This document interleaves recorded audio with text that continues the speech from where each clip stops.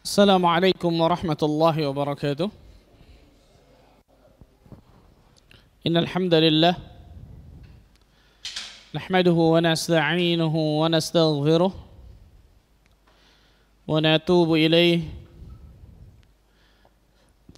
wa na'udzu billahi min shururi anfusina wa min sayyiati a'malina. Man yahdihillahu fala mudilla lahu ومن يضلل فلا هادي له أشهد أن لا إله إلا الله وحده لا شريك له وأشهد أن محمدا عبده ورسوله صلوات الله وسلامه عليه نبينا وحبيبنا محمد صلى الله عليه وعلى آله وصحبه وسلم. قال الله تعالى في كتابه الكريم يا أيها الذين آمنوا اتقوا الله حق تقاته ولا تموتن إلا وأنتم مسلمون أما بعد. Ikhwani wa akhwati fid din rahimani wa rahimakumullah. Saudara-saudariku sekalian yang semoga Allah tabaraka wa taala berikan keberkahan dalam kehidupannya. Alhamdulillah, kita bersyukur kepada Allah tabaraka wa ta'ala atas segala limpahan karunia dan nikmat yang Allah berikan kepada kita semua, sehingga pada kesempatan pagi hari yang berbahagia ini Allah tabaraka wa ta'ala masih terus melimpahkan berbagai macam nikmatnya, karunia-Nya kepada kita semua, sehingga kita bisa duduk di tempat terbaik di atas muka bumi ini, yaitu fi baitin min buyutillah, di salah satu rumah dari rumah-rumah Allah Azza wa Jalla ini. Tidak lain tidak bukan untuk melanjutkan mabhath kita, untuk meningkatkan keimanan kita, menuntut ilmu agama, melanjutkan mabhath kita tentang tazkiyatun nufus, penyucian jiwa, pembersihan hati, sebuah kitab karya dari Syekh Dr. Ahmad Farid Al-Bahr Ar-Ra'iq fi Az-Zuhdi war-Raqa'iq. Dan hari ini insyaallah ta'ala kita akan teruskan masih di tema tentang al-ikhlas. Hari ini insyaallah ta'ala kita akan bahas fadailul ikhlas atau fawaidul ikhlas, keutamaan ikhlas atau faedah-faedah keikhlasan. Kita tahu bersama ikhlas ini bukan perkara membalikan telapak tangan. Ikhlas ini bukan suatu perkara yang mudah untuk kita dapatkan.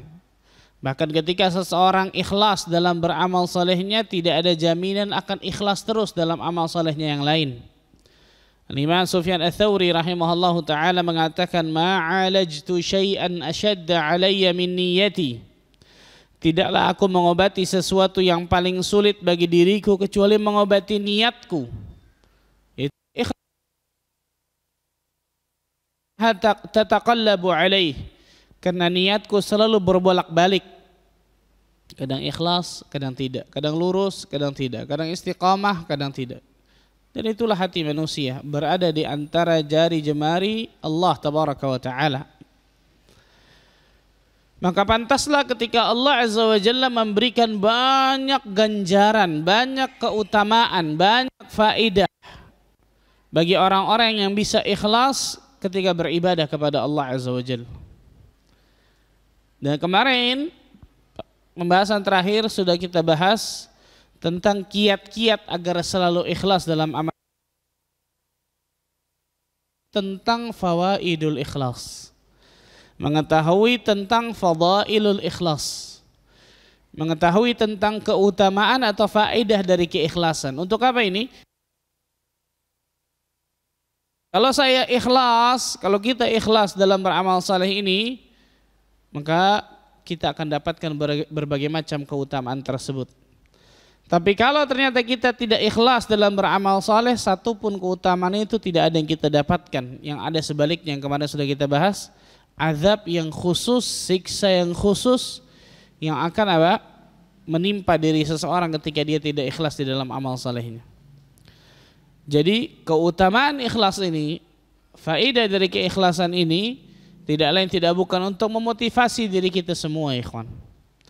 Untuk memotivasi diri kita semua agar berusaha dengan sekuat tenaga mengikhlaskan seluruh amal ibadah yang akan kita jalani. Keutamaan ikhlas yang pertama. Al-ikhlas min asbabi maghfiratidz dzunub. Ikhlas merupakan sebab diampuninya dosa. Ikhlas merupakan sebab diampuninya dosa. Ini luar biasa, Masya Allah yang pertama ini, kawan.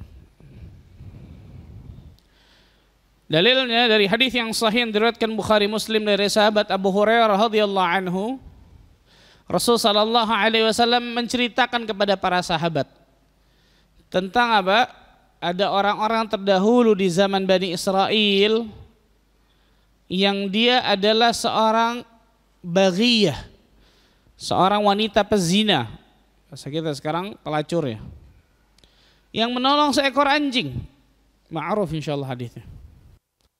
Rasul sallallahu alaihi wasallam bersabda, "Bainama kalbun yatihu bi rakiyatin kada yaqtuluhu al-'atash idh ra'athu baghiyun min baghaya Bani Israel."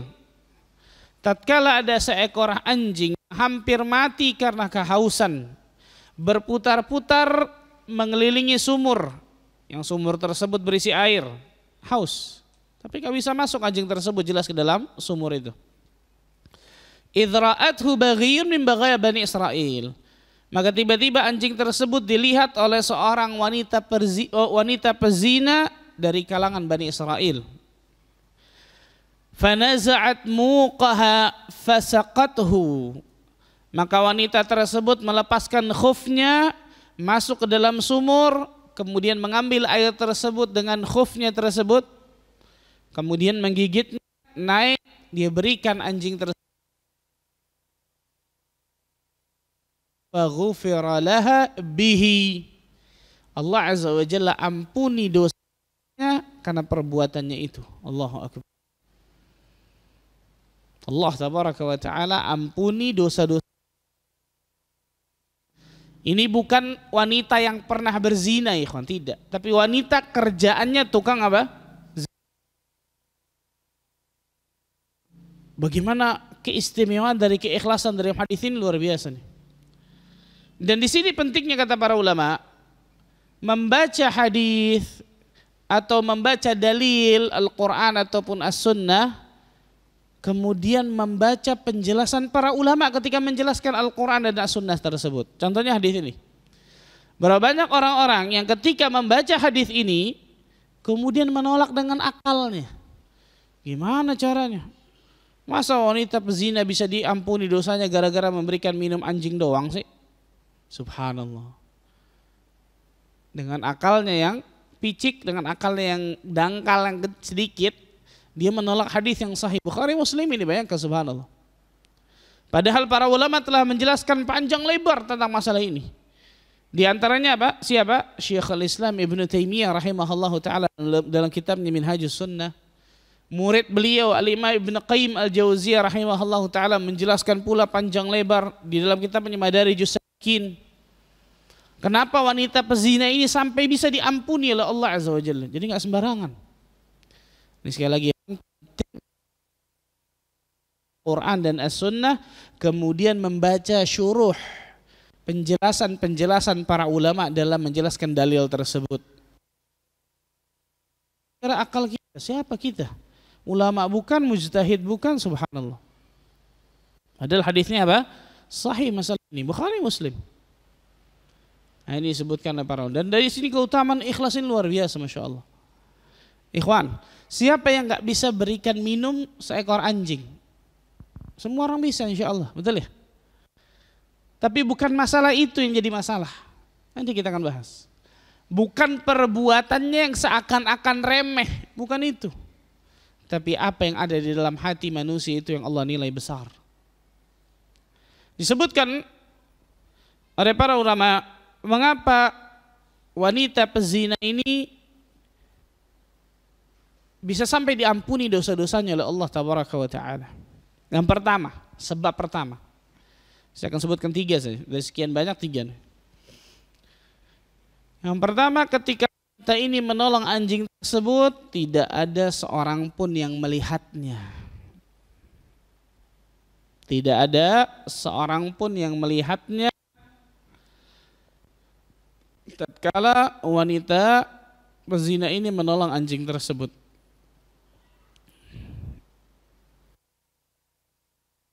Alamin, yang berlangit ketujuhnya, hanya Allah yang melihatnya. Dan jelas ini menjaga apa? Keikhlasan. Amal yang kita lakukan dan itu tidak dilihat orang, hanya kita sendiri dan Allah Azza wa Jalla yang melihatnya, maka jelas itu lebih mudah menjaga keikhlasan. Betul? Jelas. Karena kalau ada orang pada saat itu, maka orang tersebut insya Allah akan menolongnya tuh. Nggak mungkin wanita ini tiba-tiba masuk ke sumur sendiri tanpa ditolong oleh orang lain kalau misal ada orang yang melihatnya. Dan memang disebutkan dalam hadis nggak ada orang pada saat itu. Amalan, mana sudah kita sebutkan, di antara kiat agar selalu ikhlas adalah sering menyembunyikan amal saleh. Betul. Amalan yang hanya diri kita dan Allah yang mengetahui, itu biasanya lebih mudah untuk menjaga keikhlasannya. Satu. Yang kedua, wanita ini sama sekali tidak mengharapkan balasan dari anjing tersebut. Dan ini ikhlas ya ikhwan.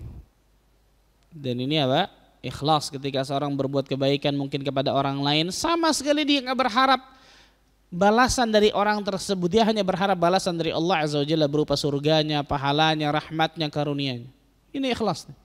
Wanita tersebut ketika menolong anjing itu sama sekali tidak mengharapkan balasan. Kenapa?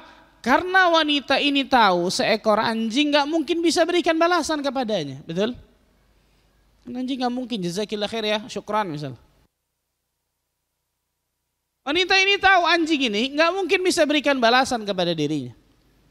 Dan dia sudah mengetahui tentang itu. Dan ini ikhlas nih, ini kita akan bahas di antara ciri-ciri ikhlas nih. La nuridu minkum jazaa'an wala syukura. Tidak menginginkan balasan ataupun ucapan terima kasih. Ini di antara apa? Ciri-ciri ikhlas. Setelah ini kita akan bahas nih, setelah masalah keutamaan ikhlas. Ini yang kedua. Wanita ini sama sekali tidak mengharapkan sesuatu apapun dari anjing tersebut. Hatta ucapan terima kasih nggak mengharapkan. Berarti kan luar biasa itu keikhlasannya. Karena wanita ini sadar dan tahu bahwa seekor anjing tidak mungkin bisa berikan balasan kepadanya walaupun sekecil apapun. Yang ketiga, nah ini yang lebih sangat luar biasa. Amalan yang cukup berat yang dilakukan oleh wanita ini. Masuk ke dalam sumur yang notabene itu berat bagi seorang wanita. Laki-laki saja berat, apalagi wanita. Yang dikerjakan oleh wanita ini bagi seorang wanita, pekerjaan seperti ini luar biasa berat. Bukan cuma berat, bisa membahayakan dirinya, betul ya? Bisa memadaratkan dirinya. Kalau dia yang kepleset, bisa-bisa dia yang na'udzubillah mati, bukan anjing tersebut. Tapi wanita ini berani mengambil resiko itu. Dia berani mengambil resiko tersebut untuk dapat menolong anjing itu. Allahu Akbar.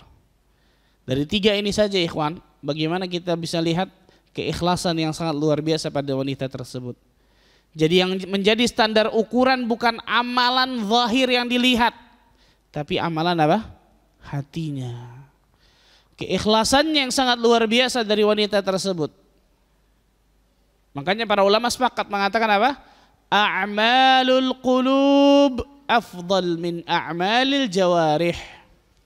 Amal-amal hati itu lebih afdal, lebih utama daripada amal-amal anggota badan. Bukan berarti anggota badan lebih utama amalan hatinya. Untuk apa seseorang beramal anggota badan banyak tapi hatinya nggak ikhlas? Untuk apa seseorang beramal anggota badannya luar biasa banyaknya tapi hatinya ujub, bangga akan amalannya? Untuk apa seseorang banyak amalan badannya luar biasa tapi hatinya selalu hasad kepada orang? Habis itu, kikis habis berarti. a'malul qulub afdal min a'malil jarih. Amal-amal hati lebih utama daripada amal-amal anggota badan. Perhatikan baik-baik. Makanya Rasul sallallahu alaihi wasallam bersabda apa? La tahqiranna minal ma'rufi syai'a walau an talqa akhaka biwajhin talq. Jangan kalian meremehkan perbuatan baik sekecil apapun, jangan kalian remehkan. Sebagaimana kita tidak boleh meremehkan perbuatan dosa, maka kita juga tidak boleh meremehkan perbuatan baik sekecil apapun. Walaupun engkau bertemu dengan saudaramu dengan wajah yang berseri-seri, senyum. Karena bisa jadi ternyata senyum yang kita berikan kepada saudara kita dan itu ikhlas keluar dari lubuk hati kita yang paling dalam, itu bisa menyelamatkan kita dari api neraka Allah tabaraka wa ta'ala. Keikhlasan. Maka jangan pernah menyepelekan amal apa? Amal kebaikan sedikit apapun. Sebagaimana tidak boleh menyepelekan amal keburukan perbuatan dosa sekecil apapun, nggak boleh. Lihat, bayangkan, subhanallah. Wanita ini melakukan amalan yang insya Allah Taala semua orang bisa melakukannya. Ambil air, kasih minum anjing, betul? Ternyata bukan itu yang jadi masalah. Bagaimana keikhlasan pada hati wanita inilah yang sangat luar biasa, yang Allah Azza wa Jalla nilai. Nah, ini yang menyebabkan ketika para sahabat Nabi radhiyallahu anhum jami'an melakukan amal soleh dan kita melakukan amal soleh, mana lebih besar pahalanya? Para sahabat Nabi jelas. Kenapa? Keikhlasannya beda, keimanannya beda, keyakinannya beda, ketakwaannya beda, kejujurannya beda. Itu semua, dan itu amal hati semua itu, subhanallah. Kebanyakan amal hati. Rasulullah sallallahu alaihi wasallam mengatakan apa? La tasubbu ashabi. Jangan kalian cela para sahabatku. Fa walladzi nafsu Muhammadin biyadihi. Demi jiwa Muhammad yang berada di tangannya. Lau anna ahadukum anfaqa mithla Uhudin dhahaban ma balagha mudda ahadihim wala nasifahu. Seandainya kalian menginfakkan emas sebesar gunung Uhud. Dan insyaallah taala enggak ada orang punya emas sebesar gunung Uhud, ikhwan. Betul ya? Seandainya ada dan kalian infakkan emas sebesar gunung Uhud itu, tidak akan pernah sama ketika para sahabatku berinfak dengan 1 mud gandum atau setengah mudnya. Bayangkan, bukan emas loh. 1 mud ini setengah mud segini. Nggak sama. Kalau kita lihat zahirnya emas sama gandum jauh, betul ya? Tapi yang beda apa? Keikhlasannya, hatinya, keyakinannya, imannya, ini membedakan, subhanallah. Inilah yang menjadikan wanita ini bisa sampai diampuni dosa-dosanya padahal selalu berbuat dosa, bukan 1-2 kali berbuat zina lah, tukang zina memang. Jadi keikhlasan yang luar biasa mendalamnya. Dan dari sini berarti apa? Ikhlas bisa menghapuskan dosa besar, subhanallah. Bisa menghapuskan dosa besar ini. Bagaimana keutamaan keikhlasan? Maksudnya apa? Semakin ikhlas seseorang ketika dia beribadah kepada Allah, melakukan ketaatan, melakukan amal saleh, semakin besar pahala yang akan didapatkan bagi orang tersebut. Di antaranya ini, dosa akan diampuni oleh Allah tabaraka wa ta'ala. Padahal dosa tersebut dosa besar, gak sembarangan. Nah, ini pentingnya kata saya katakan tadi apa? Membaca penjelasan para ulama ketika membaca dalil Al-Quran atau Al-Hadis. Karena para ulama menjelaskan ternyata panjang lebar dari hadis ini, luar biasa, Masya Allah. Dari hadis yang lain, ikhwan.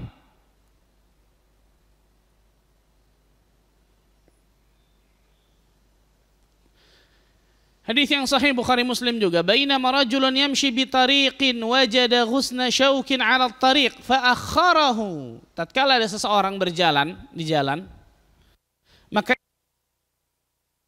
berduri di tengah jalan. Dahan pohon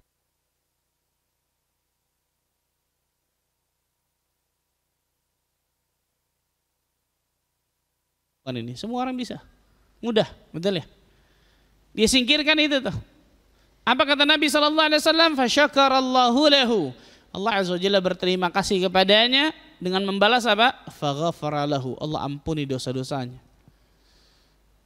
Siapa orang yang tidak bisa menyingkirkan dahan pohon yang berduri tengah jalan? Semua bisa, saya yakin. Hampir semua orang bisa kan gitu. Tapi sekali lagi bukan itu yang jadi masalah. Keikhlasan yang ada di dalam hati seseorang itulah yang sangat luar biasa menentukan bagaimana pahala yang akan didapatkan bagi orang tersebut, ikhwan. Nah, ini menjadi cambuk pelajaran besar bagi diri kita semua nih, ikhwan, subhanallah. Apa kata Abdullah ibn Mubarak al-Marwazi? Rubba amalin saghir yu'azzimuhun niyah. Bisa jadi amalan yang kecil, bisa jadi besar, luar biasa karena niatnya. Wa rubba amalin kabir tusaghiruhun niyah. Dan bisa jadi amalan yang besar jadi kecil, bahkan gak berarti sama sekali karena niatnya salah. Amalan kecil tadi itu dua ya. Seorang wanita pezina memberikan minum seekor anjing. Seorang laki-laki di tengah jalan menemukan dahan pohon berduri, disingkirkan. Amalan kecil, tapi bisa jadi besar karena niatnya, karena keikhlasan yang ada dalam hatinya. Maka jangan pernah remehkan ini keikhlasan luar biasa. Min asbabi maghfiratidz dzunub, sebab diampuninya dosa seseorang. Yang kedua, keutamaan yang kedua dari keikhlasan. Ikhlas menjaga seseorang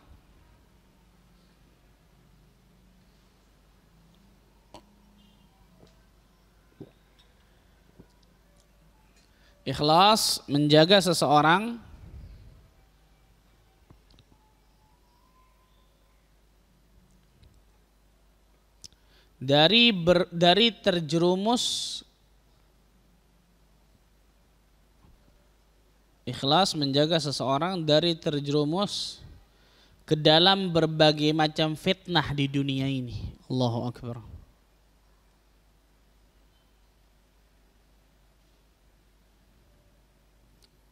Ikhlas akan menjaga seseorang dari terjerumus ke dalam berbagai macam fitnah di atas muka bumi ini. Kita tahu bersama, fitnah di atas muka bumi ini luar biasa banyaknya.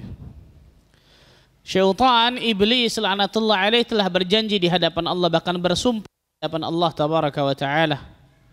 Allah berfirman di dalam surat Shad, surat 38 ayat 82 dan 83. Qala fa bi'izzatika la ughwiyannahum ajma'in. Qal, iblis berkata, fa bi'izzatika, demi kemuliaanmu ya Allah, la ughwiyannahum ajma'in, aku akan sesatkan mereka semua nih anak keturunan Adam dari jalanmu yang lurus ya Allah. Illa ibadaka minhumul mukhlasin, kecuali hamba-hambamu yang mukhlas di antara mereka. Kecuali hamba-hambamu yang mukhlas. Mukhlas diartikan kecuali hamba-hambamu yang engkau selamatkan di antara mereka.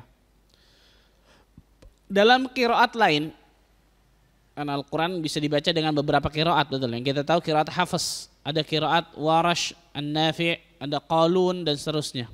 Dalam qiraat lain, illa ibadaka minhumul mukhlisin. Ketika syaitan, iblis bersumpah di hadapan Allah akan menyesatkan seluruh anak keturunan Adam, syaitan mengatakan illa ibadaka minhumul mukhlisin dalam qiraat lain, kecuali hamba-hambamu yang ikhlas ketika beribadah ya Allah. Subhanallah. Mukhlas sama mukhlis, ikhwan, ada perbedaan. Mana lebih tinggi, mukhlas atau mukhlis? Mukhlas atau mukhlis? Antum kalau punya anak namanya mukhlas mukhlis? Dua-duanya Ustaz. Dua-duanya bagus. Boleh mukhlas, boleh mukhlis. Tapi yang lebih tinggi derajatnya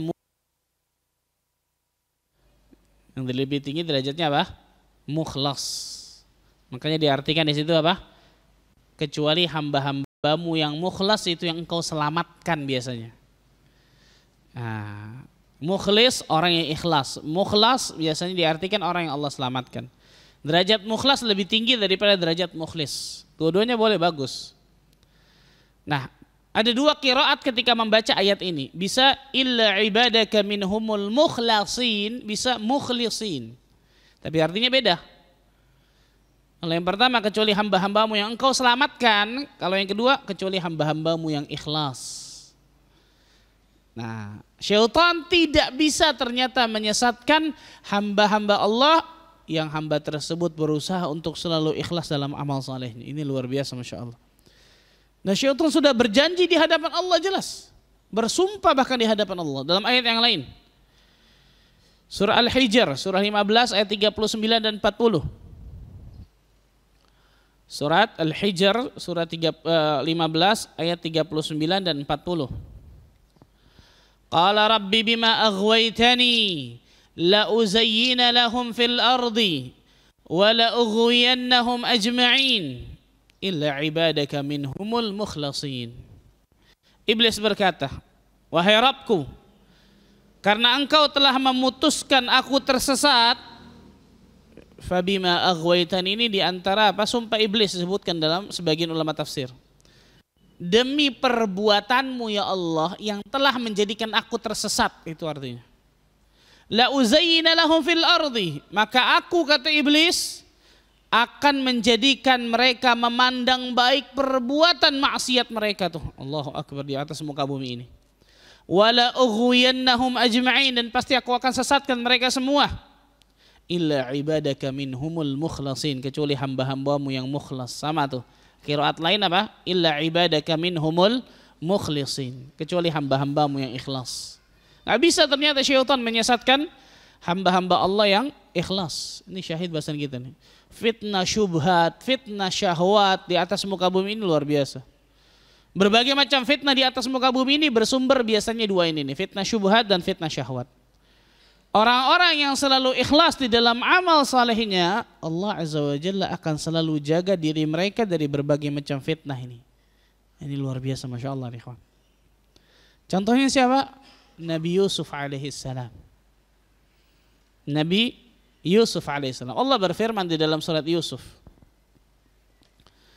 Allah berfirman dalam surat Yusuf surah 12 ayat 24. Ini contoh real seorang yang ikhlas, Allah selamatkan dari berbagai macam fitnah. Contohnya fitnah syahwat dalam ayat ini. Walaqad hammat bihi wa hamma biha. Dan sungguh hammat bihi, wanita tersebut telah berkeinginan kepada Nabi Yusuf. Maksudnya apa? Ingin berzina dengan Nabi Yusuf alaihissalam. Wanita siapa ini? Biasa terkenal namanya Zulaikha, betul ya? Walaupun nama Zulaikha ini banyak didhaifkan oleh para ulama, banyak yang mengatakan Israiliyat. Makanya banyak yang menyebut dengan Imra'atul Aziz, istri dari sang mulia, istri dari gubernur, kan gitu. Walaqad hammat bihi wa hamma biha. Dan sungguh pada saat itu wanita itu telah berkeinginan kepada Nabi Yusuf, dan Nabi Yusuf pun berkeinginan kepada wanita tersebut. Hatta seorang nabi ada hasrat manusianya, betul ya? Tapi bedanya dijaga sama Allah. Beda sama kita, betul ya? Wallahu alam dijaga apa kagak gitu nih, subhanallah seperti ini, betul ya? Berat ini, luar biasa ini.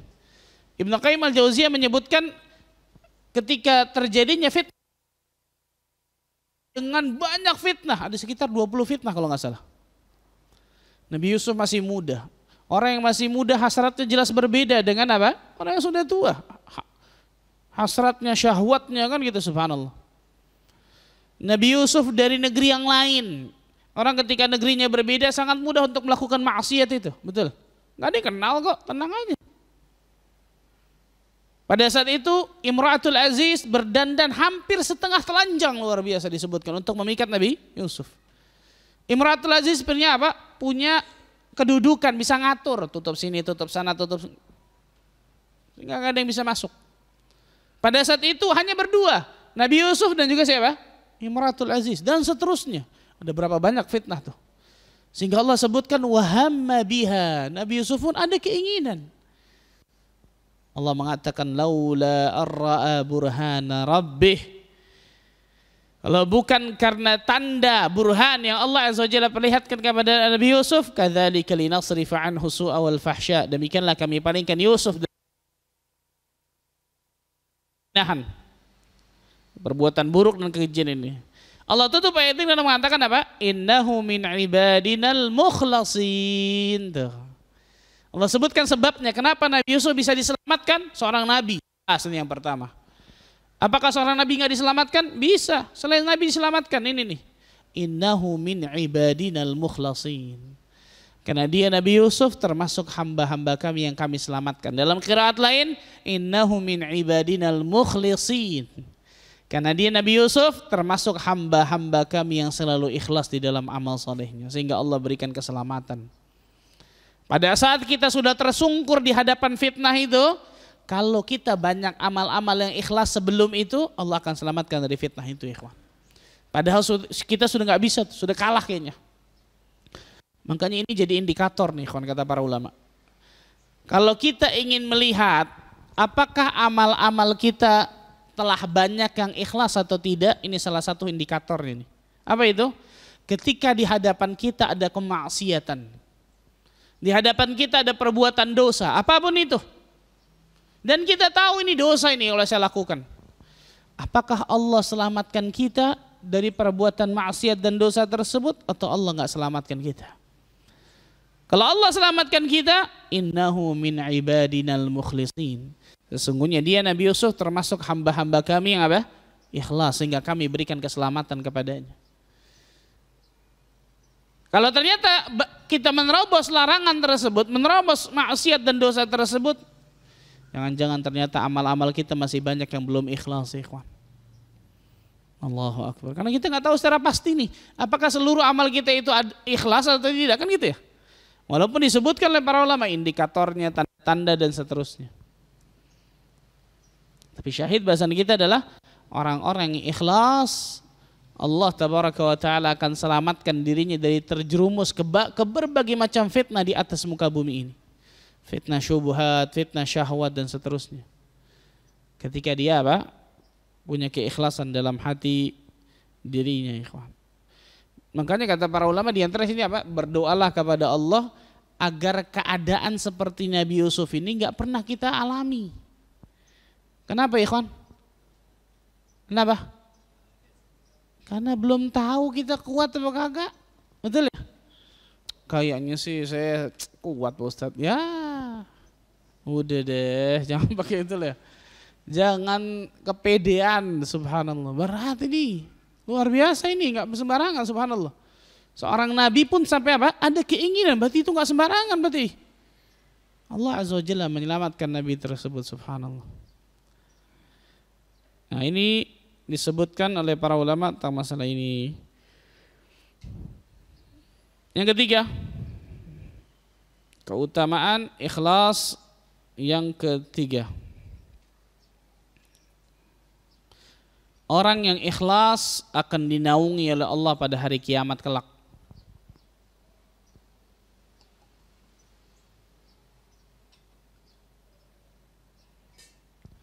Orang yang ikhlas akan dinaungi oleh Allah pada hari kiamat kelak.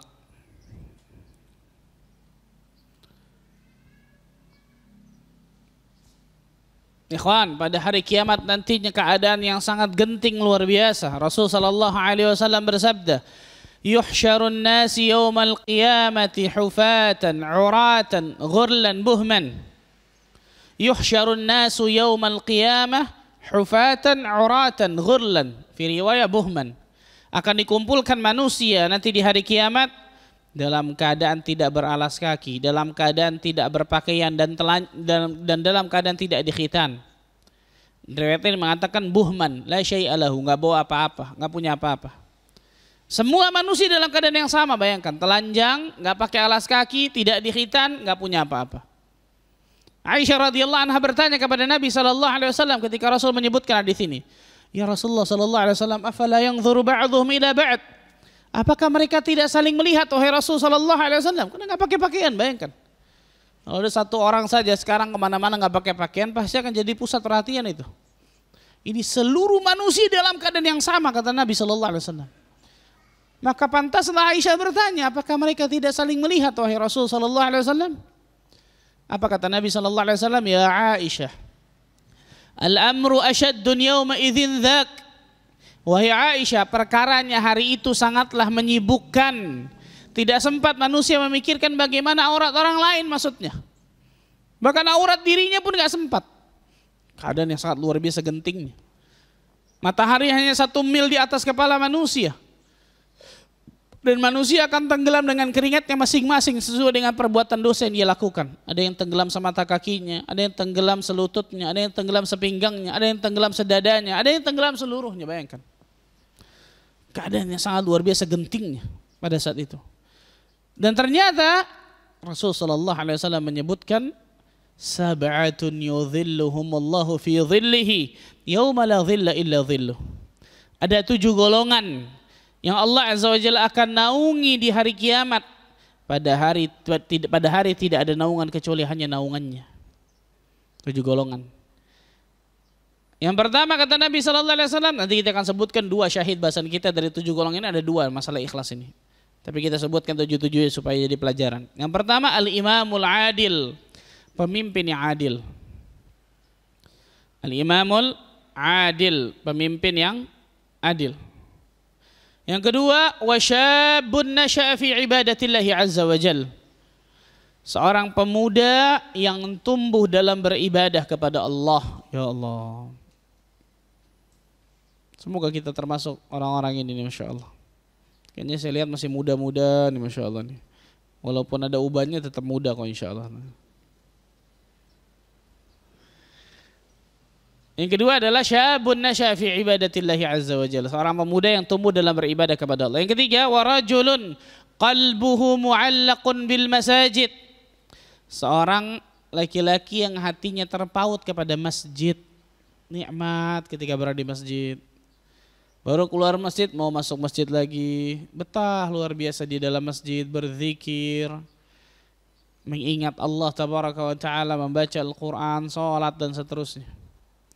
Jadi betahnya bukan di mall, betul ya? Betahnya bukan di kafe, tapi betahnya di mana? Masjid, nikmat hatinya. Yang keempat kata Nabi SAW, warajulani tahabba fillah, ijtama alaihi wa tafarraqa alaihi. 2 orang laki-laki yang saling mencintai karena Allah. Apa ini? Ukhuwah Islamiyah. Mereka berkumpul karena Allah, mereka berpisah karena Allah.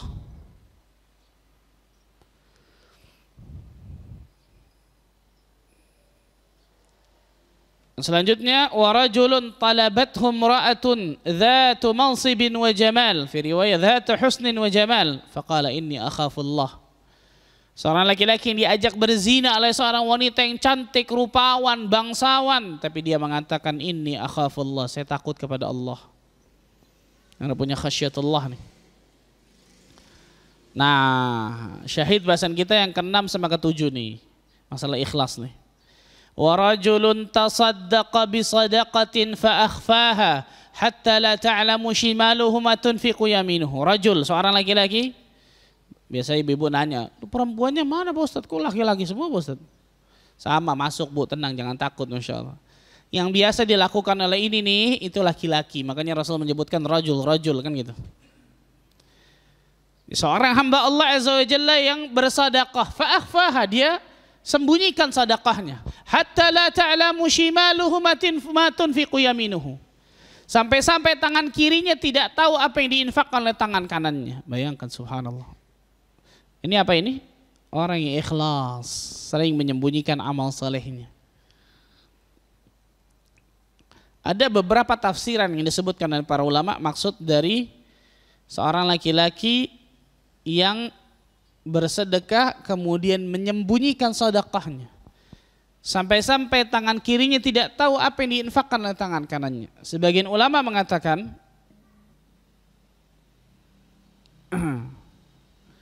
yang dimaksud dia bersedekah, berinfak, kemudian menyembunyikannya sehingga tangan kirinya tidak tahu apa yang diinfakkan tangan kanannya.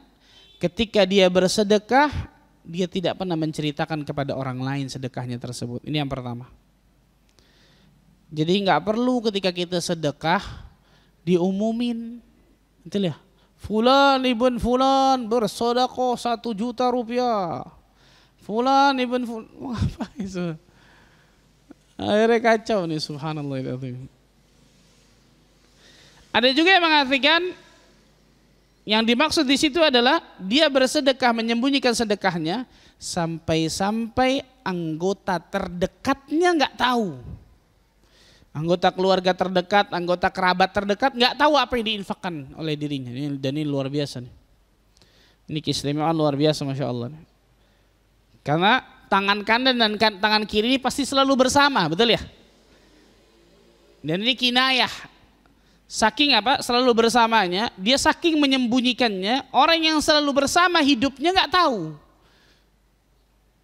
Dia infak, istrinya nggak tahu. Dia infak, anaknya nggak tahu.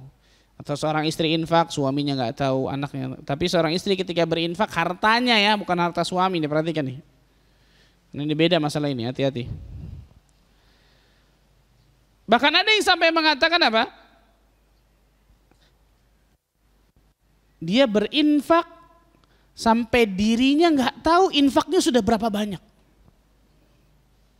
Sampai ada yang mengartikan seperti itu, subhanallah. Dia berinfak, bersedekah, berinfak sampai dirinya sendiri itu nggak tahu atau lupa berapa sedekah atau infak yang sudah dikeluarkan.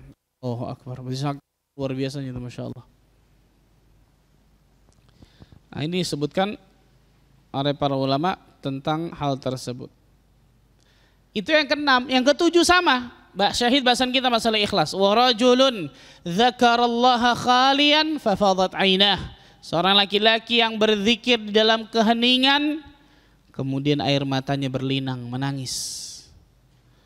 Seorang hamba yang berzikir di dalam keheningan, mengingat Allah dalam keheningan, dan ini enggak harus sepertiga malam, tapi itu yang paling afdal jelas. Bisa waktu duha, bisa waktu sore, bisa waktu sebelum tidur mungkin. Dan yang paling afdal sepertiga malam jelas. Ketika dia ingat tentang dosa-dosanya, dia ingat kepada Allah, dia baca Quran, dia sholat mungkin. Kemudian dia muhasabah dirinya, dia ingat tentang dosa-dosanya, nangis. Dan ini orang ikhlas. Kenapa? Karena dia berzikirnya dalam keheningan. Ada dua makna sebenarnya dalam hadis ini. Makna yang pertama tadi, orang yang berzikir dalam keheningan, kesunyian, sendiri berarti nggak ada orang. Nah, ini jelas secara apa? Letterlek. Dan makna yang kedua disebutkan oleh Ibnu Hajar dalam kitabnya Fathul Bari.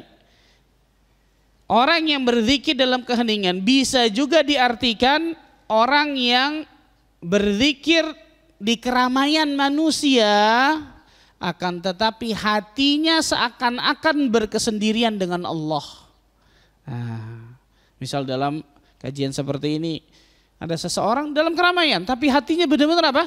Bersendirian dengan Allah, subhanallah. Hatinya benar-benar ingat kepada Allah, bahkan ingat akan dosa-dosanya dan seterusnya. Ini luar biasa, Masya Allah nih. Hatinya kosong dari memperhatikan manusia, maksudnya. Hatinya benar-benar nggak ada dari pandangan manusia kepadanya, tuh nggak ada sama sekali. Benar-benar hatinya apa? Hanya mengingat Allah Azza wa Jalla. Walaupun di dalam keramaian nih. Kosong dalam memperhatikan pandangan dan penilaian manusia. Ini pun bisa masuk kata para ulama. Tapi syahid bahasan kita adalah keikhlasan yang sangat tinggi berarti dari orang ini nih. Bahkan dalam keramaian saja masih bisa seperti ini maksudnya. Kalau dalam kesendirian biasanya lebih mudah kan gitu, nggak ada orang lihat. Tapi kalau dalam keramaian bisa seperti ini luar biasa. Bisa mengosongkan hatinya dari manusia, mengosongkan hatinya dari apa? Pandangan dan penilaian manusia. Ya ini luar biasa, Masya Allah. Dan ini syahid bahasan kita nih. Di antara 7 golongan yang akan Allah naungi di bawah arasy-Nya Allah pada hari tidak ada naungan kecuali hanya naungan Allah. Tidak lain tidak bukan adalah orang-orang yang ikhlas, jauh dari riya, jauh dari sum'ah. Ini keutamaan ikhlas yang sangat luar biasa. Yang keempat, keutamaan ikhlas yang keempat, amalan-amalan orang yang ikhlas yang sifatnya duniawi. Amalan orang-orang yang ikhlas yang sifatnya duniawi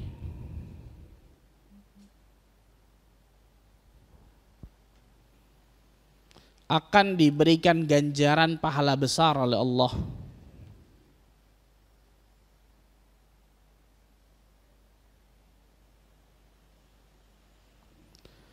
Amalan orang-orang yang ikhlas yang sifatnya duniawi akan diberikan ganjaran pahala besar oleh Allah tabaraka wa taala.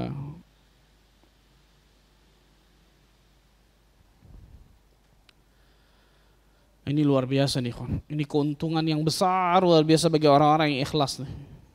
Jadi bukan hanya amalan-amalan ibadah yang mahdhah, maksudnya Allah akan berikan ganjaran pahala, itu jelas Masya Allah. Tapi amalan-amalan yang bersifat duniawi juga Allah akan ganjar pahala luar biasa kepadanya. Bahkan pahala yang besar, contoh. Dalam sebuah hadis yang sahih yang diriwayatkan Bukhari Muslim dari Sa'ad bin Abi Waqqas radhiyallahu anhu, Rasul sallallahu alaihi wasallam bersabda, "Innaka lan tunfiqa nafaqatan tabtaghi biha wajha Allah illa ujirta 'alaiha hatta ma taj'alu fi imra'atik." Sungguh tidaklah engkau berinfak sesuatu dengan mengharap wajah Allah. Lihat, tidaklah engkau berinfak sesuatu dengan mengharap wajah Allah, ikhlas, kecuali engkau akan diberikan ganjaran pahala hatta ma taj'alu fi imra'atik, sampai-sampai suapan yang engkau berikan ke mulut istrimu. Sampai-sampai suapan yang engkau berikan ke mulut istrimu. Perhatikan nih, luar biasa Masya Allah. Kalau suami istri lagi suap-suapan, saya mau tanya nih, antum pernah gak suap-suapan suami istri? Gak pernah, jangan-jangan. Gak. Mikirnya dunia atau akhirat? Hah? Kalau mikir akhirat luar biasa, jauh-jauh cungin jempol tuh Masya Allah. Ini lagi suap-suapan masih mikir akhirat, itu istimewa Masya Allah tuh. Duniawi biasa, betul ya? Duniawi jelas. Al-Imam An-Nawawi rahimahullahu ta'ala berkata, perhatikan, ketika menjelaskan hadis ini dalam kitab Al-Minhaj Syarah Sahih Muslim. Dalam hadis ini, di hadzal hadis, terdapat dalil bahwasanya perkara yang mubah jika dikerjakan dengan niat mencari wajah Allah, maka akan menjadi suatu ketaatan dan mendapatkan ganjaran pahala. Nabi SAW mengingatkan halnya dengan kata-kata hatta ma taj'alu fi imra'atik, sampai-sampai makanan yang engkau suapkan ke mulut istrimu. Karena istri jelas termasuk bagian yang paling khusus dari kebutuhan duniawi, syahwat dan kelezatannya. Allahu Akbar. Maka ketika seseorang sedang apa? Berlezat-lezatan dengan istrinya, berlemah lembut, bahkan bercumbu dengan istrinya, tapi itu dia niatkan karena Allah, dapatkan pahala karena itu. Bayangkan, subhanallah. Ini duniawi tok jelas. Rasulullah SAW lebih jelas lagi dalam hadis mengatakan, wa fi bud'i ahadikum sadaqah. Ketika engkau mendatangi istrimu, dalam kemaluan istrimu itu terdapat sedekah. Itu jelas duniawi, syahwat pikirannya tuh ketika seorang suami datang ke apa? Istrinya. Tapi kalau dia niatkan karena Allah, apa saja niatnya? Yang pertama, agar saya terhindar dari sesuatu yang haram di luar sana. Betul ya?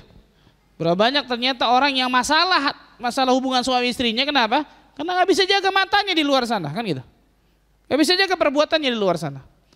Atau ada masalah di dalam rumahnya sehingga matanya gak bisa dijaga, kan gitu. Antara dua aja tuh. Kenapa saya mendatangi istri saya? Yang pertama, agar saya tidak terjerumus ke sesuatu yang haram. Baik zina mata, zina tangan, sampai zina sebenarnya dengan kemaluan, na'udzubillah. Yang kedua, memberikan hak istri, karena istri punya hak. Yang ketiga, memperoleh keturunan yang saleh dan salehah, kan gitu. Yang keempat, yang kelima, yang keenam, semakin banyak kita tanamkan niat yang salehah, semakin banyak kita dapatkan pahala. Padahal itu urusan duniawi yang sangat luar biasa, jelas pure itu, kelezatan duniawi. Tapi bisa dapatkan pahala besar karena keikhlasan. Amalan orang-orang ikhlas yang bersifat duniawi, bisa Allah ganjar pahala yang luar biasa besarnya karena apa? Keikhlasan yang ada pada dirinya. Nah, ini penting nih ikhwan. Ini penting nih. Maka perbuatan mubah apapun kita ikhwan, contoh untuk para laki-laki nih. Ketika antum keluar mencari ma'isyah, mencari nafkah di atas muka bumi ini. Kalau niatnya cuma cari uang doang, cari fulus doang, tok, betul ya? Innamal a'malu binniyat wa innamal likulli imri'in ma nawa.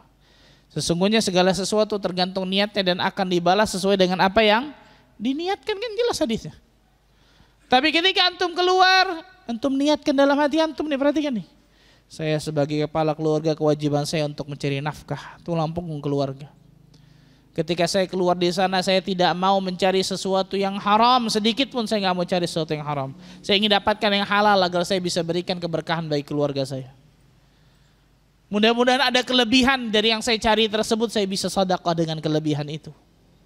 Yang keempat, yang kelima, yang keenam, yang ketujuh, semakin banyak kita tanamkan niat yang saleh dalam satu amalannya, ini orang cerdas kata Ibnu Qudamah, semakin banyak dia akan dapatkan pahala besar. Padahal amalannya mubah, betul ya? Makanya ada kaidah apa? Kullul mubahat ma'an nawaya salihat takunu ibadat. Setiap perkara yang mubah yang dimasukkan diiringi dengan niat yang salehah, dengan niat yang baik, maka itu akan bernilai pahala besar ibadah di sisi Allah tabaraka wa taala. Nah, maka cari niat-niat yang salehah sebanyak-banyaknya dalam satu perkara tersebut. Dan ada juga perkara yang nggak mungkin bisa dimasukkan niat salehah. Contoh, antum lagi duduk-duduk sama teman main kartu. Gak judi, bukan judi haram jelas, bukan, main kartu biasa. Bisa dimasukkan niat saleh kira-kira. Saya main kartu ini Pak Ustaz supaya saya silaturahminya lebih kuat Pak Ustaz sama teman-teman saya ini. Bisa kira-kira? Gak bisa. Jadi perhatikan nih, perkara mubah pun ada kriterianya tentang masalah hal tersebut. Tapi kalau perkara mubah yang memang bisa dimasukkan niat yang saleh, maka masukkan niat yang saleh tersebut sehingga kita bisa dapatkan pahala. Walaupun perkara tersebut perkara yang mubah, Masya Allah. Coba untuk bayangkan, subhanallah, setetes keringat yang bercucuran karena bernilai di sisi Allah itu luar biasa tuh. Antum keluar capek, misal seorang laki-laki, Masya Allah. Atau seorang ibu misalnya di rumah juga capek, mengurus anaknya, masak dan seterusnya. Niatkan untuk mencari wajah Allah di situ. Jadi perkara mubah itu bisa menjadi pahala besar bagi dirinya. Dan jangan pernah meremehkan, hanya ibu rumah tangga, salah besar. Salah ini kata-kata hanya, berat itu. Gak mudah subhanallah mendidik anaknya menjadi anak yang saleh dan salihah, menjadi penerus dari apa? Kejayaan Islam dan seterusnya. Menjadi ibu yang salihah, menjadi istri yang salihah, gak mudah itu subhanallah. Maka perhatikan ini baik-baik subhanallah. Yang terakhir, yang kelima,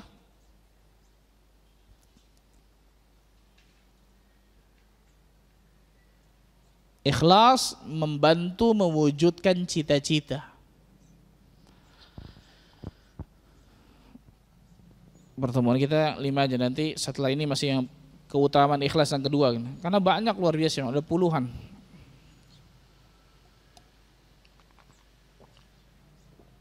Ikhlas membantu mewujudkan cita-cita. Banyak orang bercita-cita tapi sering cita-cita tersebut kandas, nggak terkabulkan oleh Allah. Ada banyak sebabnya, tapi bisa jadi karena niatnya kurang ikhlas, niatnya kurang tulus di situ. Dalam sebuah hadis yang sahih yang diriwayatkan Imam Nasa'i dalam kitab sunannya, disahihkan oleh Syekh Al-Albani rahimahullahu taala dalam kitabnya Sahih Targhib wa Tarhib, dari sahabat Shaddad bin Al-Had radhiyallahu anhu. Beliau berkata, Shaddad berkata, anna rajulan minal Arab jaa ila Nabi sallallahu alaihi wasallam fa amana bihi wattaba'ahu. Ada seorang Arab Badui datang kepada Nabi sallallahu alaihi wasallam, kemudian ia beriman kepada Nabi sallallahu alaihi wasallam, kemudian mengikuti Nabi sallallahu alaihi wasallam. Thumma qala, kemudian Arab Badui ini mengatakan, wahajiru ma'ak. Wahai Rasul sallallahu alaihi wasallam, aku akan berhijrah bersamamu. Fa'ausa bihi Nabi sallallahu alaihi wasallam ba'dha ashabihi. Maka Rasul sallallahu alaihi wasallam meminta sebagian sahabat untuk mengikuti, membuntuti sahabat ini. Kenapa? Allah memberikan wahyu kepada beliau, ada sesuatu yang akan terjadi pada sahabat ini, berarti Arab Badui ini. Nah, Arab Badui kita tahu bersama orangnya apa? Jujur dan tegas, jujur saklek. Falamma kanat ghazwatun ghanima an-nabiy sallallahu alaihi wasallam syai'an faqasama wa qasama lahu. Ketika terjadi peperangan, disebutkan perang Badar, kaum muslimin menang, maka Rasulullah SAW membagikan ghanimah kepada para sahabatnya, harta rampasan perang. Salah satu yang dapat ghanimah ini Arab Badui ini nih. Tapi bukan Rasul yang ngasih, Rasul kasih kepada sahabat, kasih ke fulan ya Arab Badui. Dikasihlah kemudian fulan. Ketika dapatkan ghanimah tersebut, nanya Arab Badui ini, "Ma hadza? Apa ini?" Para sahabat mengatakan, qalu qismun qasamahu lakan Nabi sallallahu alaihi wasallam. Bagian untukmu yang diberikan Nabi sallallahu alaihi wasallam. Bagian apa dari harta rampasan perang.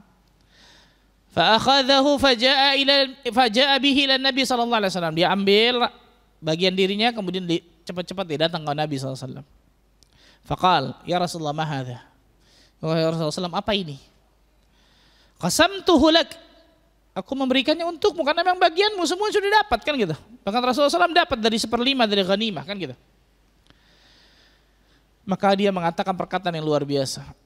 Ma ala hadza ittaba'tuka ya Rasulullah sallallahu alaihi wasallam. Aku ngikut engkau bukan gara-gara ini. Bukan gara-gara ingin dapatkan ini nih harta. Dan ini bukan basa-basi ya. Kalau kita biasanya apa? Kurang kan gitu ya. Kurang banyak. Enggak basa-basi, subhanallah. Aku ikut engkau, aku beriman kepadamu, aku hijrah ikut bersamamu, aku ikut perang bersamamu bukan gara-gara ini nih. Bukan gara-gara harta ini, jujur berarti niatnya luar biasa. Walakin ittaba'tuka ala an arma ila hahuna wa asyara ila halqihi bisahmin fa amutu fa adkhalahu al-jannah. Tapi aku ikut dirimu ya Rasulullah SAW agar aku ikut peperangan sehingga anak panah menembus leherku ini nih. Dan aku mati dan aku bisa masuk surga gara-gara itu. Allahu Akbar. Rasul mengomentari perkataan beliau nih. Intasduqillah yasduk. Kalau engkau jujur kepada Allah, Allah juga akan jujur kepadamu. Maksudnya apa? Allah akan berikan apa cita-citamu itu. Karena kita sering ngomong seperti ini tapi gak jujur ya kawan kepada Allah. Betul ya? Gak ada usaha yang maksimal dan seterusnya. Arab ini luar biasa, jujur benar-benar. Kalau engkau jujur kepada Allah, Allah akan berikan apa yang kau cita-citakan itu. Terjadi kembali peperangan. Perang apa berarti? Perang Uhud. Kalah menang kaum muslimin? Kalah. Setelah selesai peperangan, fa'utiya bihi Nabi sallallahu alaihi wasallam yuhmalu qad asabahu sahmun haitsu asyara. Selesai dari perang Uhud tersebut, banyak para sahabat yang meninggal, ada sekitar 70 orang dari sahabat yang meninggal, yang syuhada Uhud yang kita lihat di Madinah. Maka didatangkan satu orang nih. Kan ada beberapa sahabat yang diperintahkan untuk ikutin dia, betul ya? Didatangkanlah kepada Nabi SAW Arab Badui ini ternyata nih. Yang persis anak panah itu menembus leher yang ditunjuknya, nggak meleset sedikit pun dari jari yang ditunjuknya. Nggak meleset sedikit pun kata perawi hadis ini. Maka Rasulullah SAW mengatakan, ahu, apakah dia nih dulu yang ngomong seperti itu? Naam, kata para sahabat. Betul ya Rasulullah, dia nih, fulan, Arab Badui ini, Masya Allah nih. Apa kata Nabi SAW? Sadaqallah fasadaqahu. Allahu Akbar. Dia telah jujur kepada Allah, Allah pun jujur kepadanya. Allah berikan apa yang dia cita-citakan karena dia jujur kepada Allah. Allahu Akbar. Thumma kaffanahu an-nabi sallallahu alaihi wasallam fi jubbatin nabi. Kemudian dikafani dia dengan jubah Nabi sallallahu alaihi wasallam. Kemudian Rasul sallallahu alaihi wasallam mensalatkannya salah satu doa pada salat Nabi sallallahu alaihi wasallam, Allahumma hadza 'abduk kharaja muhajiran fi sabilik faqutila syahidan wa ana syahidun 'ala dzalik. Ya Allah, ini adalah hambamu yang keluar hijrah bersamamu ikut perang di jalanmu ya Allah. Dan dia mati syahid dan aku bersaksi atas kesyahidannya, kata Rasulullah SAW. Allahu Akbar. Jujur kepada Allah, ikhlas benar-benar kepada Allah, maka cita-cita yang sebesar apapun cita-cita itu Allah Azza wa Jalla akan berikan ya ikhwan. Ini yang sering miss dalam diri kita nih ikhwan. Kita sering gak jujur kepada Allah. Kita ingin masuk surga, tapi amalan kita masih amalan ahlu neraka. Kita ingin dapatkan rahmat Allah, keutamaan dari Allah, karunia dari Allah, tapi amalan kita jauh dari kata-kata ingin dapatkan itu semua. Lisan dengan amalan beda, subhanallah. Orang yang jujur kepada Allah, yakinlah Allah Azza wa Jalla akan berikan kemudahan dari apa yang dia niatkan itu tuh. In tasduqillah yasdukka. Subhanallah. Jika engkau jujur kepada Allah Azza wa Jalla, maka Allah Azza wa Jalla juga akan jujur kepada dirimu. Jadi ikhlas ini bukan yang lain, bukan gara-gara yang lain, bukan ingin cari popularitas, bukan cari ingin ketenaran, bukan cari duniawi, bukan cari ini dan tapi cari wajah Allah tabaraka wa taala, cari surga Allah tabaraka wa taala. Itu keikhlasan yang benar, ikhwan. Wallahu taala alim bissawab. Itu baru 5 ya. Insyaallah taala berarti masih kita lanjutkan pertemuan selanjutnya masih tentang keutamaan ikhlas bagian yang kedua. Setelah itu baru kita akan bahas tentang ciri-ciri orang-orang yang ikhlas. Wallahu ta'ala bisawab. Silakan kalau ada yang mau bertanya.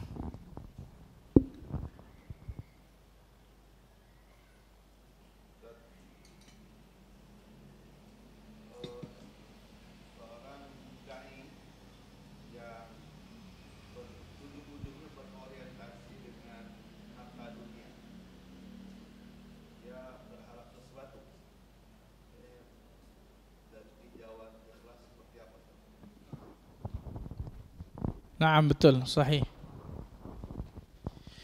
Ini repot jadi seorang dai sebenarnya, Pak. Kalau antum dagang mobil, dagang motor dan seterusnya, inti dari antum dagang selain ingin dapatkan keberkahan dari perdagangan, diantaranya ingin untung, betul ya?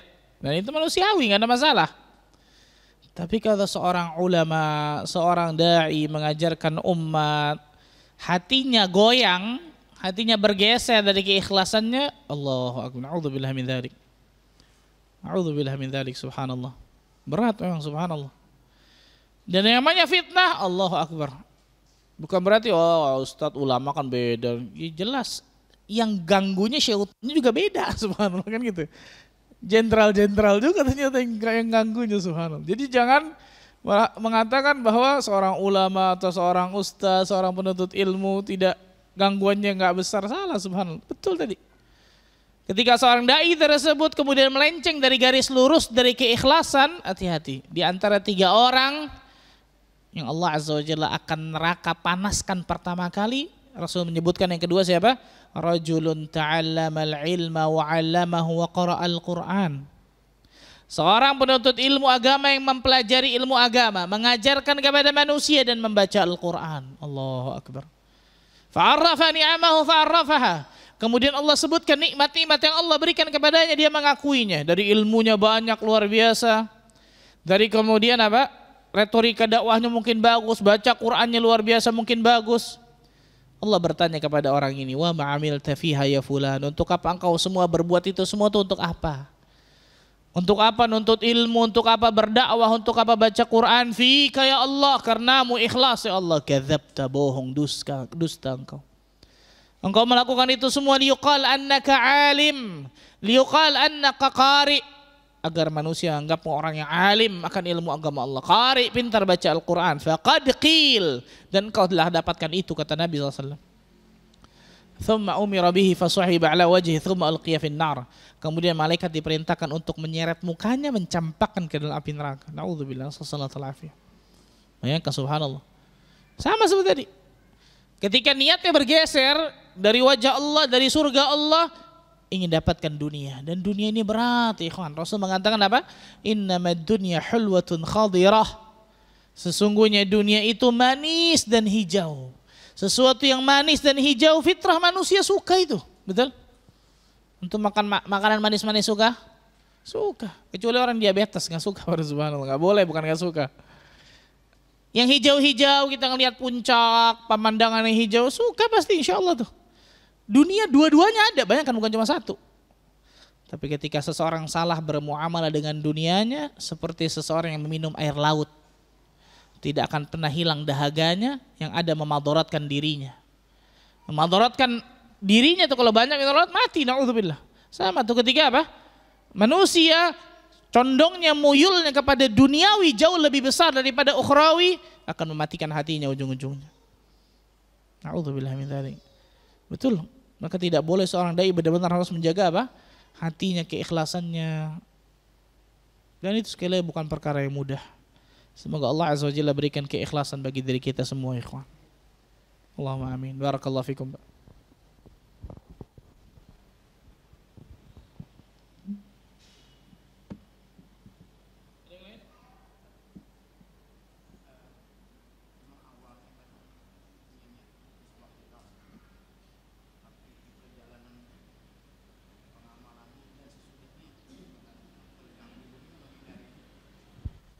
Naam. Kemarin sudah kita bahas sebenarnya Pak, 10 kiat agar ikhlas dalam beribadah. Mungkin Bapak bisa lihat di YouTube channel ini, tentang Ayar Tasnim insyaallah. Saya jelaskan tentang 10 kiat agar selalu ikhlas di dalam ibadah. Di antaranya selalu mengecek niat kita yang pertama. Tajdidun niyah, memperbaharui niat atau mengecek niat 3 kali. Sebelum beribadah, ketika sedang beribadah, dan setelah beribadah. Dan ternyata ini jarang kita lakukan ikhwan, subhanallah. Sebelum beribadah cek niat, ikhlas atau tidak. Ketika sedang beribadah masih terus cek niat, ikhlas atau tidak. Setelah beribadah introspeksi tuh. Apa amal-amal yang kemarin, ikhlas atau tidak. Setelah beribadah lihat juga apakah ada amal-amal yang ternyata ujub, na'udzubillah, kan gitu. Itu sangat luar biasa betul. Karena terkadang bisa jadi orang awalnya ikhlas, di tengah jalan belok. Apa yang harus dilakukan kalau ketika belok seperti ini? Dia harus mengembalikan ke rel aslinya lagi, kan gitu. Salat, Allahu Akbar, ikhlas awalnya. Tapi tiba-tiba di samping kita ada seseorang yang kita harapkan sesuatu darinya. Niat nanti dilurus bisa belok tuh ikhwan, betul. Dia harus menyadari, wah ini salah nih subhanallah. Saya ingin dapatkan surga, saya ingin bukan gara-gara dia saya sholat, mau ngapain gara-gara dia, kan gitu. Dia manusia, nggak bisa berikan apa-apa sama saya, nggak bisa berikan surga, nggak bisa berikan apa. Maka niat tadi dia belok apa? Balik lagi tuh. Belok lagi, balikin lagi, belok lagi, balik. Yang akan Allah lihat ujungnya, endingnya. Kalau niatnya ke Bandung, nyampainya ke Bogor ya nggak nyambung pasti, kan gitu. Tapi kalau niatnya ke Bandung, walaupun keluar, masuk lagi, keluar, masuk lagi, tapi masih di jalannya, kan gitu ya. Maka insya Allah Ta'ala endingnya ketika ikhlas Allah Azza wa Jalla akan berikan itu. Dan peperangan untuk menjaga niat kita selalu lurus, ini yang luar biasa Masya Allah. Ini butuh effort yang maksimal dan butuh dari apa? Pertolongan Allah Tabaraka wa Ta'ala. Maka Rasul Sallallahu Alaihi Wasallam menyebutkan dalam hadis apa? Ihris ala ma yanfa'uka. Bersemangatlah untuk mendapatkan sesuatu yang bermanfaat untukmu. Wasta'in billah, minta pertolongan kepada Allah, wala ta'jiz, dan jangan lemah masalah hal tersebut. Nah, ini salah satunya di antara selalu mengecek niat kita. Ketika di tengah sedang beramal kemudian sempat hilang, maka ingat tentang surga, ingat tentang neraka, ingat bahwa amalan tidak akan dibalas kecuali ikhlas, kan gitu. Ingat bahwa manusia tidak bisa berikan apapun kepada kita, hanya Allah yang bisa berikan surga kepada kita, kan gitu.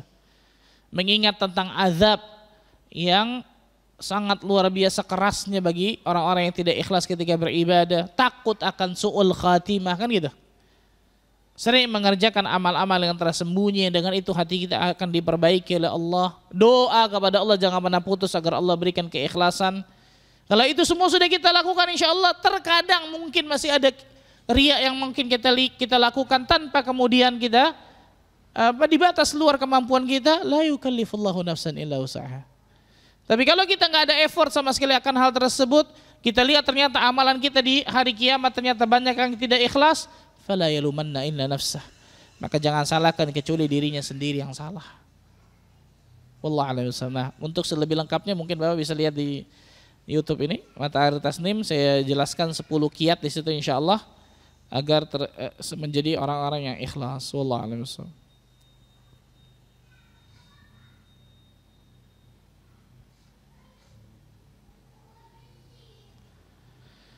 Saat kalau ada masjid yang azannya lebih awal dari yang sudah diterbitkan oleh pemerintah, untuk hal tersebut kita ikuti yang mana? Karena berkaitan juga dengan buka puasa syuruk Ustaz. Naam, mengikuti pemerintah jelas yang seperti ini apa? Diwajibkan yang seperti ini semua, haruskan. Kecuali jelas-jelas salah fatal misalnya, itu lain cerita.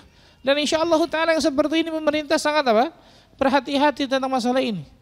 Tajammu' persatuan masalah hal-hal seperti ini itu sangat dibutuhkan dalam kaum muslimin seperti ini. Bahkan ini diantara fungsi, salah satu fungsi waliul amr, fungsi pemerintah, subhanallah. Sehingga kita ikuti dari apa yang diputuskan oleh pemerintah tersebut. Jangan kemudian berselisih hanya gara-gara hal-hal yang mungkin kecil, remeh dan seterusnya. Ini bisa menjadikan fitnah besar bagi di kalangan kaum muslimin nantinya, subhanallah. Wallahu a'lam bishawab. Maka ikuti yang dari pemerintah, walaupun mungkin bedanya 5 menit misalnya, jauh sebenarnya, subhanallah. Nah, ini sebutkan wallahu a'lam bishawab. Yang lain silakan.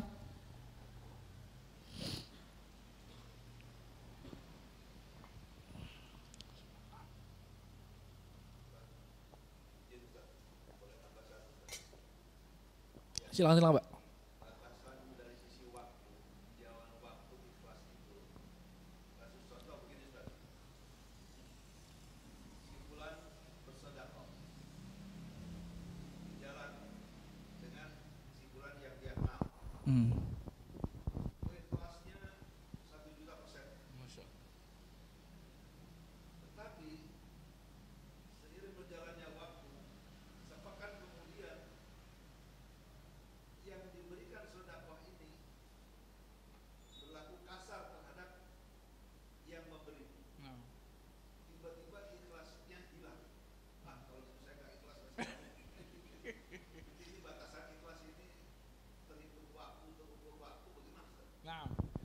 Nah, amalan kata para ulama di antara Ibnu Rajab Al-Hambali, ada yang amalan tersebut ketika melakukan amalan tersebut selesai. Kan gitu ya. Ada yang amalan tersebut berkesinambungan. Contoh, sholat ada rakaat pertama, rakaat kedua, rakaat ketiga, rakaat keempat, kan gitu ya. Kalau sedekahin selesai, betul? Maka kalau amalan yang tidak berkesinambungan, ketika kita sedekah contoh, niatnya ketika sedekah pada saat itu nggak ikhlas, habis selesai, kan gitu. Kalau amalan yang berkesinambungan, awalnya ikhlas, kayak tadi itu contoh, awalnya ikhlas, di tengah jalan dimasuki apa? Riya, tapi dia bisa mengusahakannya sehingga kembali ke realnya kembali, sampai ketika salam, assalamualaikum, assalamualaikum, ikhlas, Allah akan berikan pahalanya, ganjaran. Allah Azza wa Jalla akan berikan ganjaran pahala. Nah, bagaimana kalau ternyata tadi dia sudah beramal ikhlas, masya Allah, tapi gara-gara perbuatan orang yang tadi dilakukan itu ngeselin tadi itu ya. Kalau gitu saya nggak ikhlas dan seterusnya. Yang pertama jelas jangan seperti ini jelas. Allah Azza wa Jalla mengatakan, ya ayyuhalladzina amanu la tubtilu sadaqatikum bil manni wal adha. Wahai orang-orang yang beriman, jangan kalian batalkan, jangan kalian hilangkan pahala sedekah kalian dengan mengungkit-ungkit pemberian dan menyakiti hati orang, kan gitu. Al-man di sini di antara mengungkit-ungkit pemberiannya, mengungkit-ungkit kebaikannya dan seterusnya. Dan wallahu alam bisawab, apakah yang tadi masuk apa tidak wallahu alam. Tapi intinya adalah ikhlas yang amalan seseorang itu lakukan itu sampai amal itu selesai. Kalau dari awal, pertengahan, sampai amal itu selesai ikhlas, nggak ada riya, nggak ada sum'ah, Allah berikan pahalanya. Tapi kalau setelah itu timbul ujub, selesai beramal nih, timbul ujub, dan nanti kita akan bahas khusus masalah ujub nih. Bangga akan amalannya, bangga akan dirinya, melihat dirinya punya kelebihan yang tidak dimiliki oleh orang lain, Allah Azza wa Jalla akan batalkan pahala amal salehnya tersebut. Jadi hal-hal yang bisa menghilangkan pahala amal soleh sebelum dan ketika beribadah itu riya dan sum'ah. Tapi kalau riya dan sum'ah ini ada setelah amal itu selesai, ulama khilaf nih, apakah itu bisa membatalkan amalan atau tidak? Syekh Muhammad bin Shalih Al-Utsaimin mengatakan ini nggak membatalkan amalan. Tapi yang bisa membatalkan amalan setelah amal itu selesai dilakukan adalah ujub. Bangga akan apa? Amalan yang dia lakukan. Bangga akan amalan yang dilakukan, kan gitu. Nah, dan dari sini juga tadi pertanyaan luar biasa bagus, masya Allah.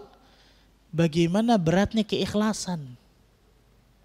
Rasulullah SAW menyebutkan, Allah Azza wa Jalla berfirman dalam surah Al-Insan, innama nut'imukum liwajhillah. Sesungguhnya kami memberikan minum kalian ini, memberikan makan kalian ini hanya untuk mengharapkan wajah Allah. La nuridu minkum jazaa'a wala syukura.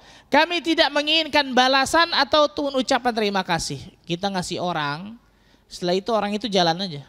La salam wala kalam wala terima kasih wala syukran wala jazakallahu khair. Hati kita gimana? Besok-besok nggak gua kasih lo, lihat lo. Betul ya? Ikhlas kata Allah dalam surah Al-Insan, la nuridu minkum jazaa'a wala syukura. Tidak menginginkan balasan, hatta ucapan terima kasih enggak. Kenapa? Hanya dia hanya menginginkan balasan dari Allah, selesai. Ini yang menjadi berat, kenapa tadi wanita pezina tadi benar-benar apa? Mengetahui anjing ini nggak bisa berikan balasan kepadanya sedikit pun. Hatta ucapan terima kasih nggak bisa, betul ya? Ini menjadi luar biasa keikhlasan dari wanita ini gitu. Sama seperti tadi tuh. Bisa jadi ikhlasnya tercoreng, hilang gara-gara tadi itu perbuatan orang tersebut yang ngeselin kepada kita. Nah sudahlah, urusan itu urusan dia sama Allah Azza wa Jalla. Saya hanya berharapkan pahala dari apa yang saya berikan kebaikan itu kepadanya. Selesai harusnya kan gitu ya. Hati-hati nih subhanallah yang seperti ini nih. Hati-hati subhanallah. Keikhlasan itu harus kita jaga benar-benar. Kenapa? Karena syaitan tidak akan pernah ridho ketika hamba Allah itu ikhlas dalam beribadah kepada Allah. Ala kulli hal itu diantara hal-hal yang harus kita benar-benar perhatikan masalah tersebut. Barakallahu fikum, Pak. Ada lagi yang